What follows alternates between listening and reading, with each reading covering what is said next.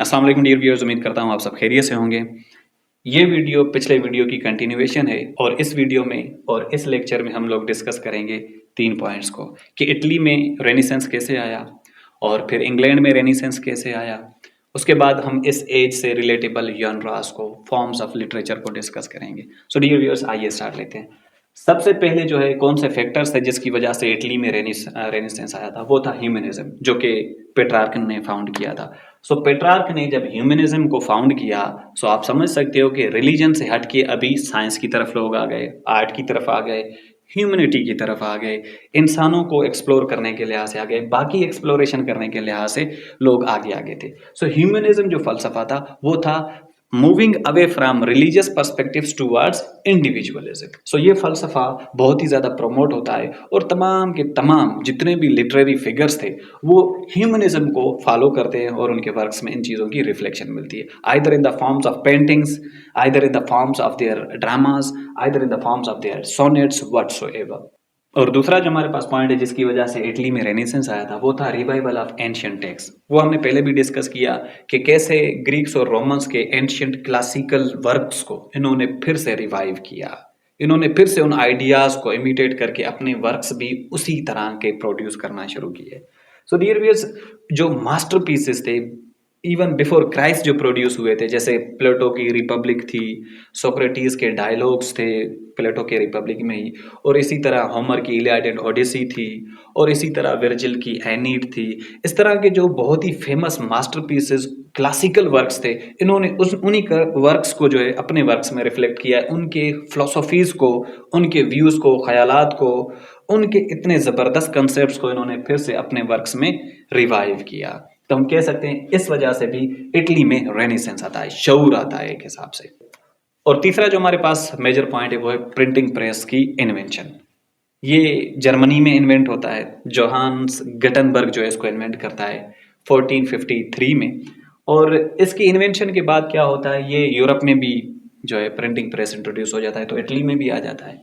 सो Italy में जब ये प्रिंटिंग प्रेस जो इंट्रोड्यूस होता है तो फिर क्या होता है, बहुत सारे वर्क्स प्रोड्यूस होना शुरू हो जाते हैं। वर्क्स प्रोड्यूस होना शुरू हुए तो इटली में डेफिनेटली क्या हुआ, जो विजडम पे बेस करने वाले वर्क्स थे वो वाइल्ड फायर की तरह प्रमोट होने लगे, और फिर क्या हुआ, एजुकेशन प्रमोट हुई। सो इसी वजह से भी रेनेसेंस आया।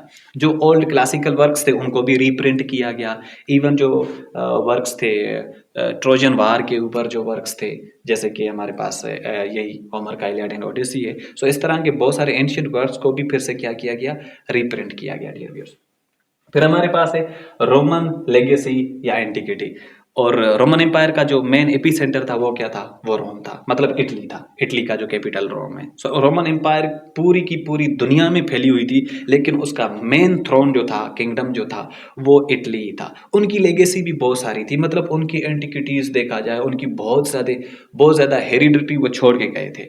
वो हेरिडिटी आप बहुत सारी फॉर्म्स में देख सकते हो कि इन्होंने पूरी दुनिया में रूल किया, तो वहाँ का विजडम ये अपने कंट्री लेके आए, वहाँ का आर्ट लेके आए, वहाँ की कल्चर लेके आए, वहाँ के डिफरेंट जो ख्यालात थे वो किसी शेप में यहाँ लेके आए। सो मतलब उनकी जो जितने भी रिमेन्स थे, उनके जितने भी लेगेसी थी, उसकी वजह से भी इटली में बहुत जल्दी जो है रिवाइवल आया था या फिर रेनेसेंस आया था, आप कह सकते हो। फिर patronage from wealthy families like the Medici, ये मैंने पिछले वीडियो में भी बताया था। इटली में जो पेट्रोनेज का सिस्टम था, मतलब किंग्स क्वींस जो थे वो राइटर्स को, आर्टिस्ट को ज़्यादा सपोर्ट करते थे, इवन एक्सप्लोरर्स को भी सपोर्ट करते थे कि जाओ और जो है आप डिफरेंट कंट्रीज को एक्सप्लोर करो, ताकि वहाँ से कुछ चीज़ें लाई जा सके, या फिर आप कह सकते हो ट्रेड वगैरह की जा सके। तो इटली ट्रेड के लिहाज से भी बहुत ज़्यादा आगे था, एडवांस था। So dear viewers, Medici family जो कि रिचेस्ट फैमिली थी इटली में, उसकी पेट्रोनेज की वजह से, सपोर्ट की वजह से भी इटली में सबसे पहले रेनेसेंस आता है। वो राइटर्स को,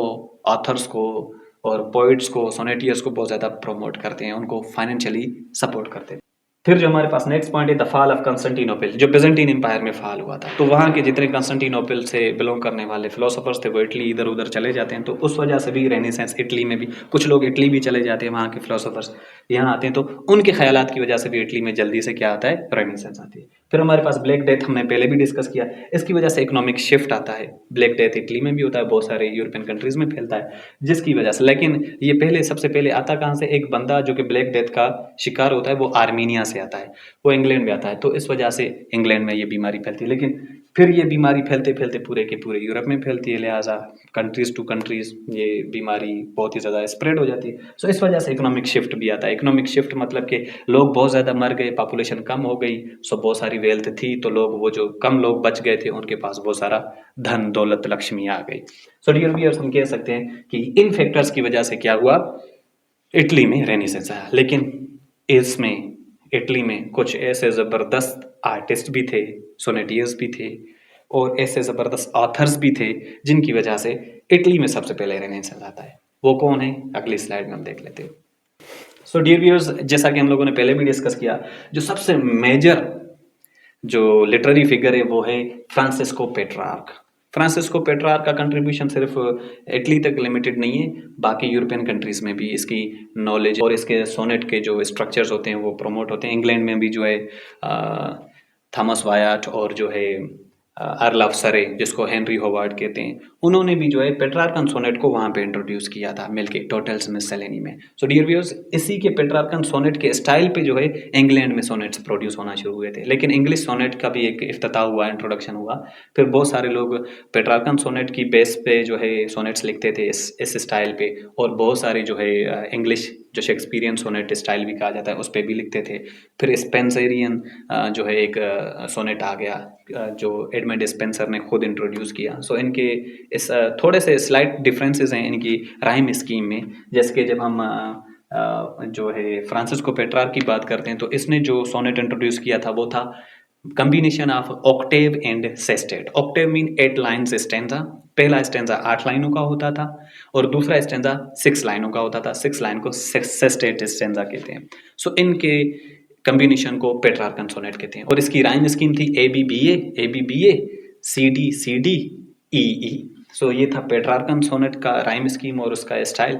लेकिन ये याद रहे डियर व्यूअर्स, सोनेट जब भी लिखा जाता है तो सोनेट में 2 चीज़ें होती हैं। पहले जो है राइटर किसी चीज़ की शिकायत, कंप्लेन कर रहा होता है, फिर लास्ट में उसका सॉल्यूशन बताता है या फिर अपने थॉट्स में रिवर्स लाता है। सो जब पहले स्टेंजाज में जब ये बातें हो रही होती हैं और जब उसके थॉट में शिफ्ट आता है कि अभी मैं बस एग्री कर लूँ, बस ठीक है भाई जो है सही है, और उसका रिएक्शन चेंज हो जाता है, उस शिफ्ट को, उस चेंज को हम वोल्टा कहते हैं।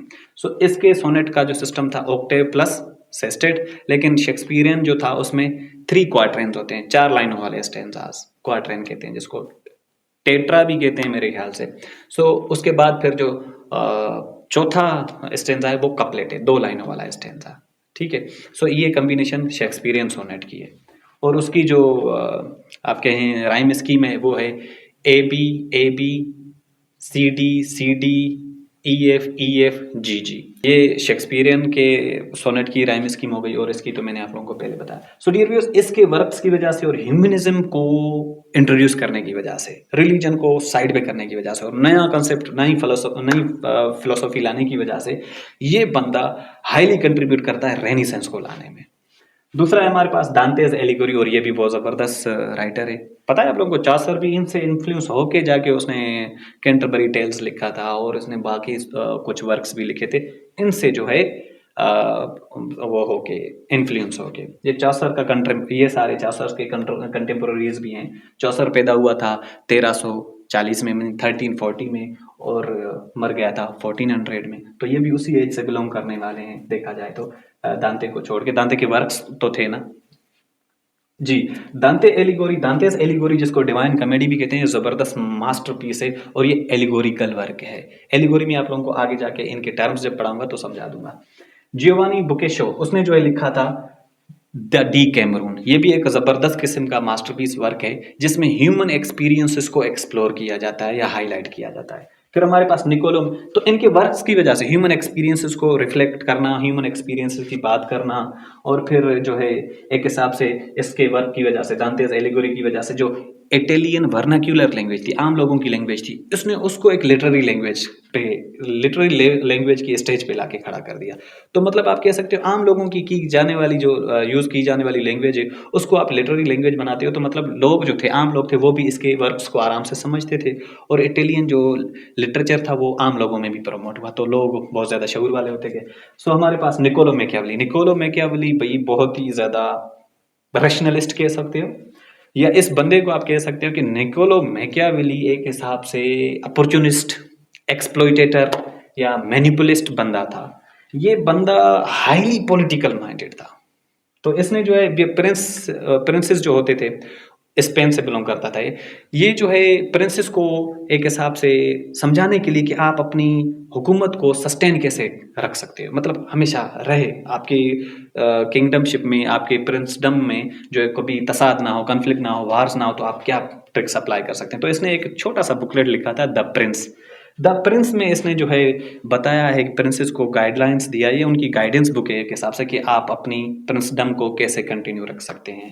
सो उसमें एक ओपनिंग लाइंस में मैंने पहले भी स्टोरी में ये कोटेशन बताया, ये कहता है कि if you want to rule the people first be of the people, पहले लोगों के हो के दिखाओ, उसके बाद लोग आपको फॉलो करना शुरू करते हैं। सो ये बहुत ही एक हिसाब से देखो तो शार्प माइंडेड बंदा था। पॉलिटिकल रिवाइवल इसने लाया था, पॉलिटिकल रिफॉर्मेशन इसने लाई थी, इसने पॉलिटिक्स को सही मानों में साइंटिफिकली जो है साइंटिफिक डिसिप्लिन बना दिया है इसने। ऐसे ऐसे व्यूज़ दिए जाके जो कि साइंस के लिए बहुत सॉरी जो कि पॉलिटिकल साइंस के लिए बहुत ही ज़्यादा इंपॉर्टेंट है। सो इसकी वजह से जो पॉलिटिक्स है रियल मानों में पॉलिटिक्स एस्टेब्लिश हुआ। अगला हमारे पास जो है पेंटर्स, उनका भी कंट्रीब्यूशन है रेनेसेंस लाने में। विट्रूवियन जो एक आर्ट बनता है, इंसान is the centre of, human is the centre of whole universe, वो भी यहाँ पे जो है पेंटर्स बनाते हैं। और यहाँ पे हमारे पास जो मेजर पेंटर्स हैं वो है Leonardo da Vinci, Michael Angelo और हमारे पास है Raphael. So dear viewers, Leonardo da Vinci की जो पेंटिंग है आज भी दुनिया की महंगी तरीन पेंटिंग है और आज भी बहुत ही ज़्यादा अट्रैक्टिव पेंटिंग है। इसने पेंट किया था मोनालिसा को, मोनालिसा जो कि अभी ब्रिटिश म्यूजियम में, ये चोरी भी हुई थी, फ्रांस वाले चोरी करके गए थे, फिर से ये वापस ब्रिटिश म्यूजियम में सबमिट की गई। और दूसरा भी इसने एक ज़बरदस्त मास्टरपीस पेंटिंग बनाई थी, द लास्ट सपर। लास्ट सपर के मतलब आखिरी खाना किसका? हॉली द क्राइस्ट का, जीसस क्राइस्ट का जो है लास्ट सपर मतलब इवनिंग खाना जो था, वो खाने के बाद वो इस दुनिया को छोड़ गया। तो उसके और लास्ट सपर के ऊपर जो है, तो उसके ऊपर इसने क्या बनाया, एक पेंटिंग बनाई। ये इसकी बहुत फेमस पेंटिंग है। माइकल एंजेलो ने एक स्टेचू बनाया, स्कल्प्टर था ये स्कल्प्टर था, मतलब जो मुजस्मे बनाते थे। सो इसने जो है डेविड के नाम से डेविड का जो है स्टेचू बनाया है और ये आज भी मतलब सर्वाइव करता है और बहुत ही ज़्यादा एंशियंट टाइम का मास्टरपीस कंसीडर किया जाता है। इटली में जो है इसका ये स्टेचू है। सो डियर व्यूअर्स, राफाएल ने जो है बहुत सारी पेंटिंग्स बनाई थी, इसमें जो है मैरिज ऑफ वर्जिन भी है और भी इसके बहुत सारे फेमस पेंटिंग्स हैं, सिस्टीन के नाम से भी कोई है। सो डियर व्यूअर्स, इनकी वजह से इटली में रेनेसेंस आया। अब इंग्लैंड में किसकी वजह से, किन की वजह से, कौन से कंट्रीब्यूटर्स की वजह से रेनेसेंस आया, चलो उसके बारे में डिस्कस कर लेते हैं। अभी आप लोगों को पता लग गया होगा कि ये एज इतनी कन्फ्यूजिंग क्यों है। बहुत सारी चीज़ें हैं, क्योंकि इटली के साथ भी जुड़ा हुआ है, इंग्लैंड के साथ भी जुड़ा हुआ है, बाकी यूरोपियन कंसेप्ट के साथ भी जुड़ा हुआ है। सो डियर व्यूअर्स, इंग्लैंड में रेनेसेंस कैसे आता है देख लेते हैं। लिटरेरी एंड ड्रामेटिक फिगर्स की वजह से इन्होंने ऐसे ज़बरदस्त मास्टरपीसेस प्रोड्यूस किए, इन्होंने ऐसे ऐसे ड्रामाज लिखे जो कि विजडम से भरे हुए हैं। फ्रांसिस बेकन की अगर मैं बात करूं तो उसके एसेस को एफोरिस्टिक एसेस कहते हैं, मतलब उसकी हर लाइन आपको कोटेशन लगेगी, विजडम से भरी हुई, मैच्योरिटी से भरी हुई, हाई कैलिबर से भरी हुई। सो शेक्सपियर की अगर आप देखो तो टाइमलेस वर्क्स हैं, एजलेस हैं, हर दौर में पढ़ोगे मजा देगा, जायका देगा। तो आज की एज के मुताबिक है, तो मतलब वो बंदा भाई एक हिसाब से बियॉन्ड एजेस उसके वर्क्स की विजडम अभी भी रिवाइव करती है, अभी भी उसके टेस्ट, उसके वर्क्स में इतना टेस्ट है। फिर हम क्रिस्टोफर मार्लो की डिस्कशन कर लें। क्रिस्टोफर मार्लो इसी का कंटेम्पोररी था, शेक्सपियर का।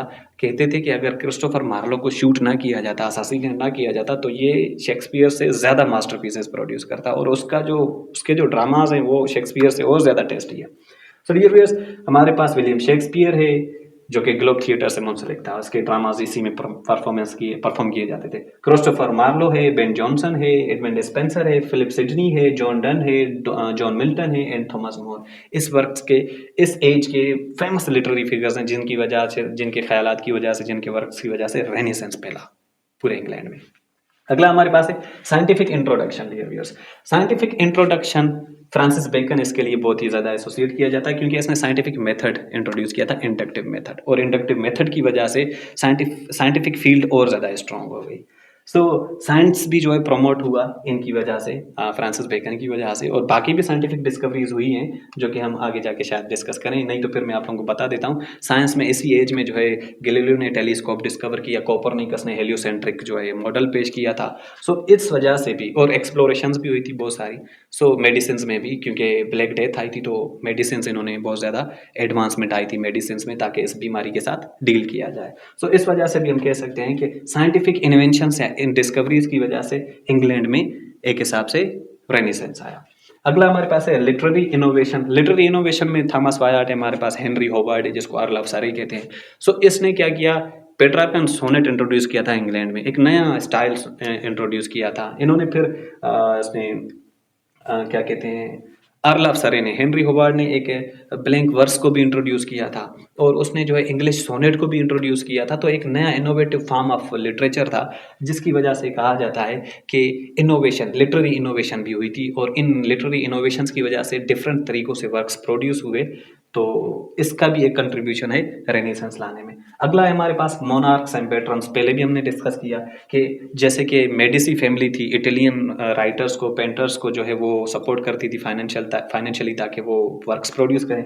इसी तरह यहाँ पे इंग्लैंड में क्वीन एलिजाबेथ द फर्स्ट जो थी, वो ड्रामेटिस्ट को, कोर्टियर्स को, पोइट्स को, सोनेटियर्स को फाइनेंशियली सपोर्ट करती थी ताकि ये वर्क्स प्रोड्यूस करें, और उनके वर्क्स की वजह से रेनेसेंस आया, और ओल्ड क्लासिकल्स को इनके वर्क्स में रिफ्लेक्ट किया गया है। लास्टली विलियम कैक्सटन की introduction of printing press in England in 1476, जिसकी वजह से इंग्लैंड में बहुत सारे बुक्स छपते हैं, एजुकेशन आम हो जाती है, हर घर तक तालीम पहुंचती है, हर हर घर में जो है किताब पढ़ा हुआ होता है। तो लिहाजा इस वजह से भी हम कह सकते हैं कि यहाँ पे इंग्लैंड में इन वजूहात की वजह से इंग्लैंड में रेनेसेंस आया।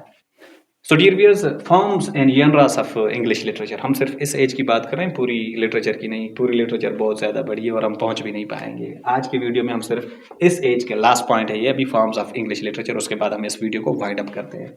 मुझे लगता है कि आप भी बोर हो रहे होंगे।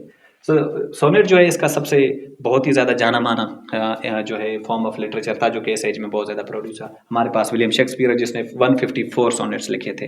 डार्क लेडी को इसने जो है डेडिकेट किए थे। पता नहीं डार्क लेडी इसकी बीलव्ड थी या इसकी वाइफ थी जिसको इसने किया, और एक और भी था बंदा जिसको इसने डेडिकेट किए थे, जो इसका दोस्त था, उसको ये सोनेट्स डेडिकेट किए थे।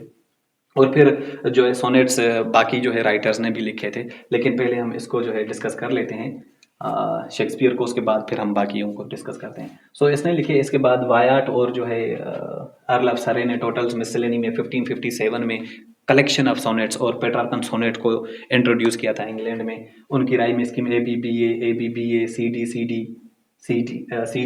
CDE, और इसका दूसरा वर्जन भी है CDCDEE भी कहते हैं, ठीक है, या फिर थोड़ा समय में मिस्टेक कर रहा हूँ यहाँ पे। Surrey introduce English and Shakespearean sonnet. जो इंग्लिश सोनेट स्टाइल है वो सरे ने, अर्ल ऑफ सरे ने, हेनरी होवर्ड ने जो है इंट्रोड्यूस किया था। और इसके जो सिस्टम था वो 3 क्वार्टरेंस प्लस कपलेट था, 3-4 लाइनों वाले स्टैंजा, फिर एक कपलेट था। सो डियर व्यूअर्स, इसके बाद हमारे पास मेटाफिजिकल पोइट्री भी इस एज में प्रोड्यूस हुई। अभी मेटाफिजिकल पोइट्री क्या है, मतलब अब हम की टर्म्स डिस्कस कर रहे हैं, जॉनरास डिस्कस कर रहे हैं। तो सोनेट हमने समझ लिया, सोनेट का जो है ओरिजिन कहाँ पे होता है, वो फिर इटालियन वर्ड है ये सोनेट, सोनेटो से निकला है। सोनेटो मतलब ये इस तरह की फॉर्म ऑफ लिटरेचर थी जिसमें आप कॉम्प्लिकेटेड इमोशंस को, अपने पर्सनल इमोशंस को किसी सीरियस टॉपिक के ऊपर डिस्कस कर रहे हो, तो अपने पर्सनल कॉम्प्लिकेटेड इमोशंस को रिवील करते हो, एक्सप्रेस करते हो।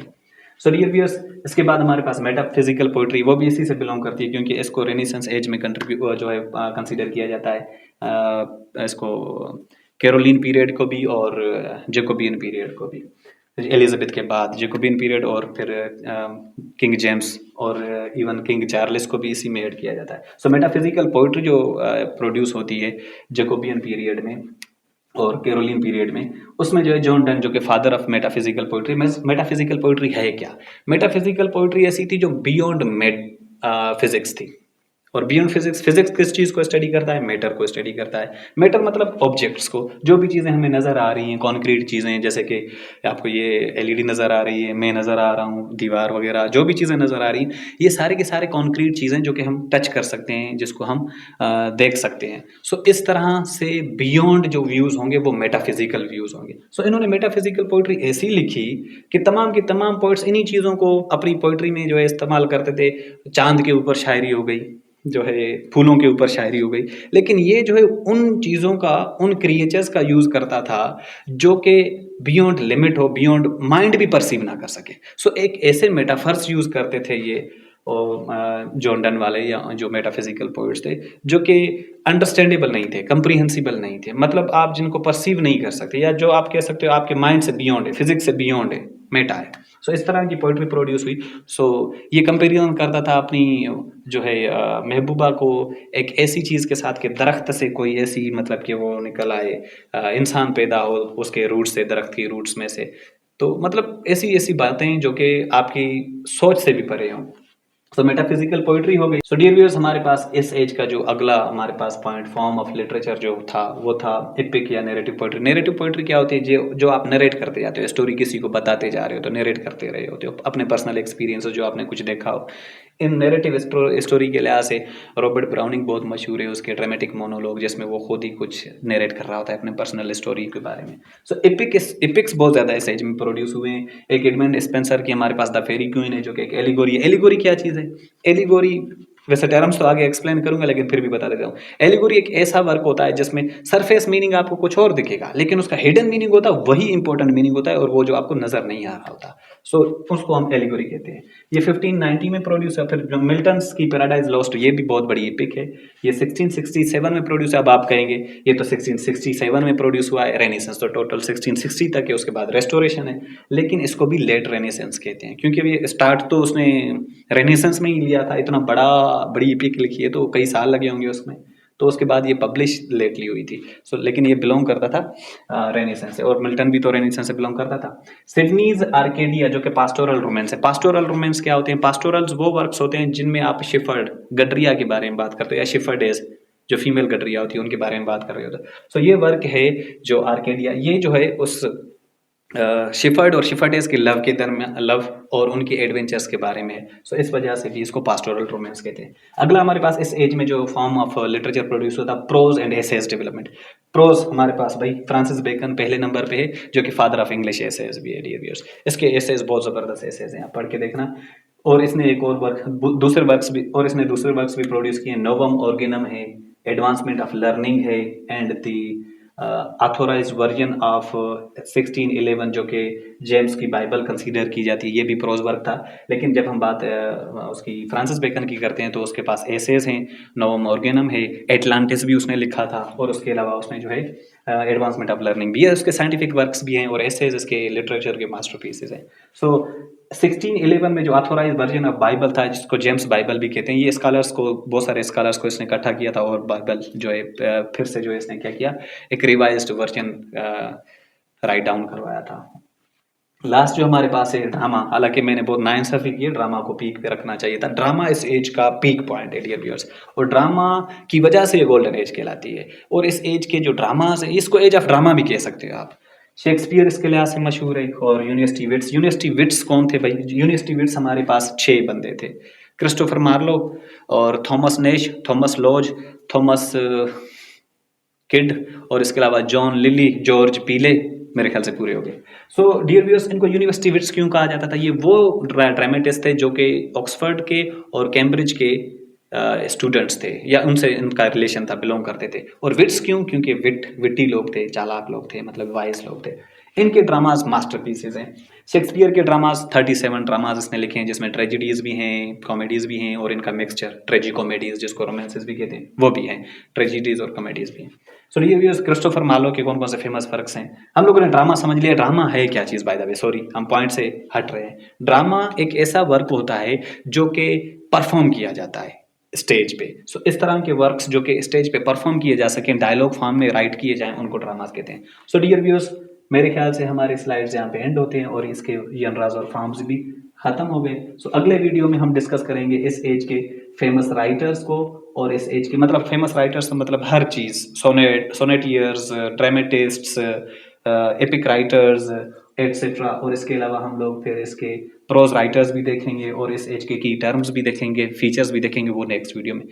Thank you so much for the time being. मिलते हैं नेक्स्ट वीडियो में।